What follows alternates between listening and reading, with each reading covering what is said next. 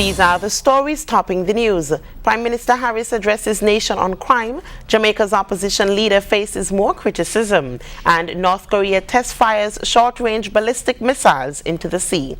Good afternoon and welcome to ZIZ Midday Newscast. Today is Monday, March 2nd, 2015. I am JD Keynes. Now for a look at the news in detail.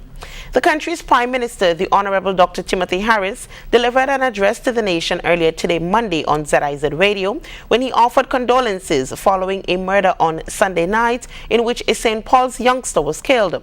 While information surrounding the killing is still unclear, Prime Minister Harris said boldly that he will take a no-nonsense approach to the security of the nation's people. We want the perpetrators of these cold and cowardly acts to know that the long arm of the law will eventually catch up with them. Let me be clear as the Prime Minister of this beautiful country, just so that the criminals will know that we expect the law agents to find them wherever they are, and that they will be prosecuted and be taken off of our streets. We'll have more on this morning's address in tonight's major newscast. Meanwhile, police have begun investigations into the fatal St. Paul's shooting on Sunday night. The victim, said to be a teenager, has not yet been identified. The shooting reportedly occurred after 9 p.m. at the Willets Housing Project. The police are asking anyone with information about this shooting to call the nearest police station or Crime Stoppers at 1-800-8477. Anguilla has won the 43rd Leeward Islands debating competition, dethroning reigning champions Montserrat in the finals on Sunday night. Anguilla scored 654 points, while Montserrat scored 621. The topic was when public funds are mismanaged, government leaders should face criminal prosecution. Ariana Woodley of Anguilla was declared the best speaker of Sunday's debate, while her teammate Kasim Thompson was named the overall best speaker of the 2015 LIDC. We now turn our attention to news on the regional scene. Leader of the opposition in Jamaica, Andrew Holness, is facing more criticism from the public following his decision to appeal a ruling by the Constitutional Court that he acted unlawfully when he removed 2 opposition members from the Senate in 2013. Arthur Williams and Christopher Tufton were booted after Mr. Holness submitted undated, pre-signed resignation letters on behalf of the men to Governor General Sir Patrick Allen. The court ruled on February 6th that the resignations submitted to the Governor General by Mr. Holness were null and void. Some Jamaicans have expressed the view that Mr. Holness should accept the court's ruling and withdraw his appeal. Attorney at law Hugh Wildman said the opposition leader is on a road to destruction in appealing the ruling of the Constitutional Court, and public affairs analyst Martin Henry says Mr. Holness is gambling with his political future. While stressing that the opposition leader is within his right to appeal a court decision, he says Mr. Holness is taking a major political risk. I can understand the need for greater clarity, and I think the appeal will yield precedence for a greater strengthening of our understanding of the Constitution. But the leader of the opposition, who is the leader of a political party, is running substantial risk in further alienating public opinion in taking that course of action. And as a leader aspiring to be back in government as Prime Minister, he should very carefully consider his costs against the benefits of making an appeal against a very clear and I would say very popular judicial ruling. The post-mortem examination on a West Demerara man who died in police custody has revealed that he suffered an epileptic seizure. The post-mortem conducted by pathologist Dr. Nihal Singh found that Zaharuddin Rozan of Cornelia Ida, West Coast Demerara, died of injuries he sustained when he suffered a bout of epileptic seizure.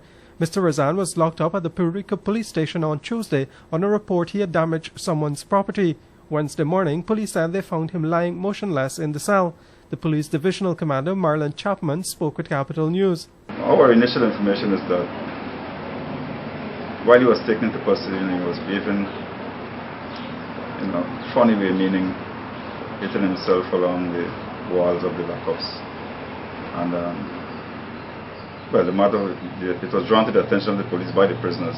Rozan was taken to the Lenora Hospital where he was pronounced dead on arrival. The pathologist today gave the cause of death as blunt trauma to the head, brain hemorrhage and hyperextension, which, as explained by the pathologist, police said were consistent with epileptic seizure. There were also bite marks on his tongue, the police said. While the death of Mr. Rozan is being investigated by the Police Office of Professional Responsibility, an investigation is also being conducted in the division. I want to assure the relatives and members of the public that a thorough investigation will be done. And if there's, whatever the findings of the legal people, we have to work with that. I want them to understand too that there will be no form of any cover-up. There's nothing to cover up in the first place, but the investigation will be thoroughly done. Following the post-mortem, the pathologist explained the cause of death to Mr. Rozan's relatives. For Capital News. Internationally, North Korea has test-fired 2 short-range ballistic missiles into the sea and warned of merciless strikes against its enemies in response to annual military exercises between South Korea and the United States. The firing on Monday came hours before the U.S.-South Korean military exercises were scheduled to begin, drills which the North denounces as a preparation for war. When two countries are technically still at war, any show of force makes people nervous.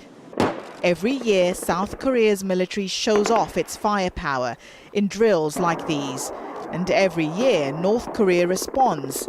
This time, it got in early, launching 2 short-range missiles before the South Korean drills even began. This is a deliberate provocation seen as an armed protest. We are ready to respond immediately. If it takes provocative actions, our military will react firmly and strongly, so North Korea will regret bitterly. The missiles landed in the sea off Japan's coast. It was enough to get a reaction from its government. North Korea's missile launches are a major problem, from the point of view of safety issues for flights and shipping vessels, but also a transgression of the six-party talks. We have lodged a severe condemnation with North Korea. But threats don't always work on Pyongyang, as these past launches show. It says the joint military drills by the US and South Korea are a rehearsal for an invasion. Within hours of North Korea's missile launch, peace campaigners gathered outside the US embassy in the South Korean capital Seoul, condemning both sides. We are against all military actions taking place in the Korean peninsula. If the exercises to pressure North Korea continue, and if North Korea retaliates, a state of war similar to what happened in 2003 will once again be a reality. Right now, neither side wants to be seen to back down.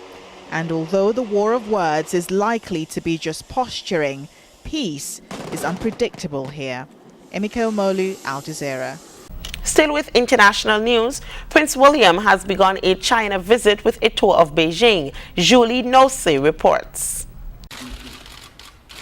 Chinese President Xi Jinping gives Prince William a warm welcome as he visits Beijing.